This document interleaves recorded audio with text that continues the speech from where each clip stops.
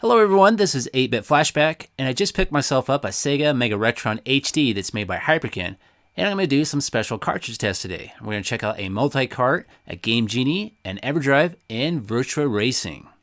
And oh yeah, I will also be testing Sonic & Knuckles, which I almost forgot about.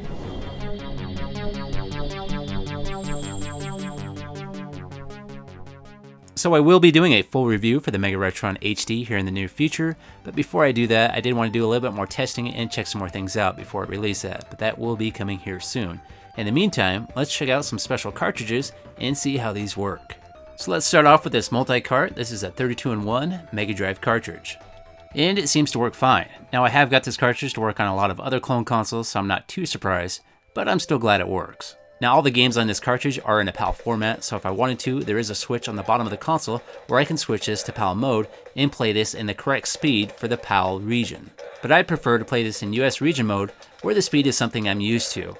As far as the gameplay goes, it seems to be playing just fine, and I'm not noticing any issues, but I will be going into full detail when I do a review, but so far, so good. So let's go ahead and try out another game.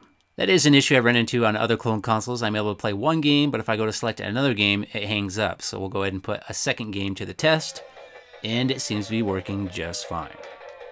Battletoads is definitely on my list for one of my favorite games for the Sega Genesis. I remember a long time ago at Kmart when Sega Genesis was kind of on their way out, they were clearancing everything, and I think I got this game for only like $3. Okay, it's time to test the Game Genie out. I'm going to try out Sonic 2, and as long as this works, we're going to try out a code for jumping really high. So far so good. Let's go ahead and put the code in for jumping really high.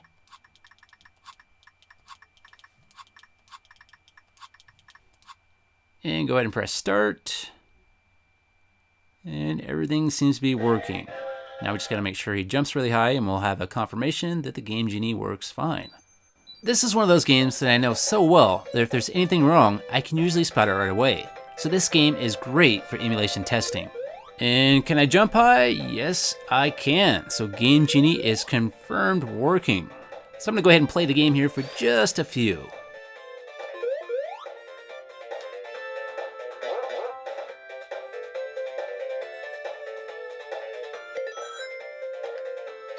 Okay, now it is Everdrive time, and this is a knockoff version, but it does work very similar. Now I have had a lot of clone consoles that let this boot up and get me to the menu, but once I try to load a game, it does not work. So let's hope this works. So right now I'm flashing the game Gunstar Heroes to the cartridge, and if everything works well, the game should boot right up. And success! We got 3 out of the 4 cartridges working so far, so we're off to a good start. Now, as far as the emulation goes, this is a pretty demanding game for the Sega Genesis, and what I mean by that is there's a lot of things happening on the screen at the same time, so if the emulation's off, it should be pretty noticeable. And so far, I've not run into any issues, there seems to be no slowdown, and the game seems to be playing just like it should.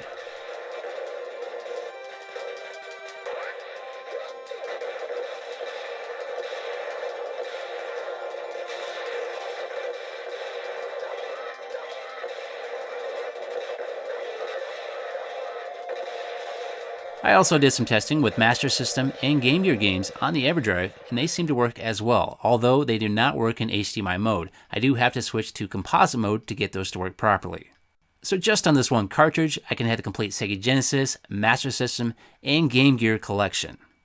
Now we're going to test out Sonic & Knuckles that has that lock-on technology where you can play Sonic 1, 2, and 3 and add Knuckles to the game. But let's try out Sonic & Knuckles, the standalone game first.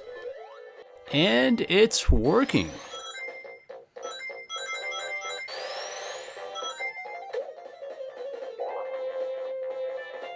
Now it's time to test out that lock-on technology with Sonic & Knuckles with Sonic the Hedgehog 2.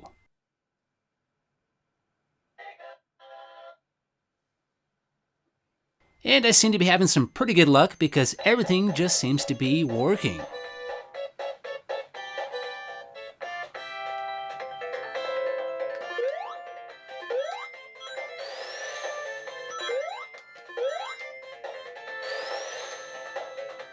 And last on the list is Virtua Racing, and this is a game that I can never get to play on clone consoles, so my hopes are not very high. So let's go ahead and fire this up and see what happens, which is probably nothing. Well, that is very surprising. This is the first clone console I have ever got Virtua Racing to work on, so that is very, very impressive to me. The game itself is pretty dated, and it's really not that fun to play anymore, but I'm still blown away that this is working. Now from what I know and what I've read, there's a special pin on the original Sega Genesis in the cartridge slot that supplies 5-volt power. And this is required in order to supply power to that SVP chip that's located inside the Virtua Racing cartridge. So that must be what's going on with this console, is that it has that special 5-volt power pin. Well, it's been a great day for testing. Every single special cartridge that I threw at this seems to be working just like it should. So keep an eye out for my full review on this console that will be coming out here soon, but so far I'm impressed with this console and have nothing bad to say yet. It's time for me to get out of here. If you liked that video, please click that like button. If you want to hear more from me, please subscribe. And if you want to help support the channel, you can find me on Facebook and Patreon. Have yourself a great day, and I'll see you next time.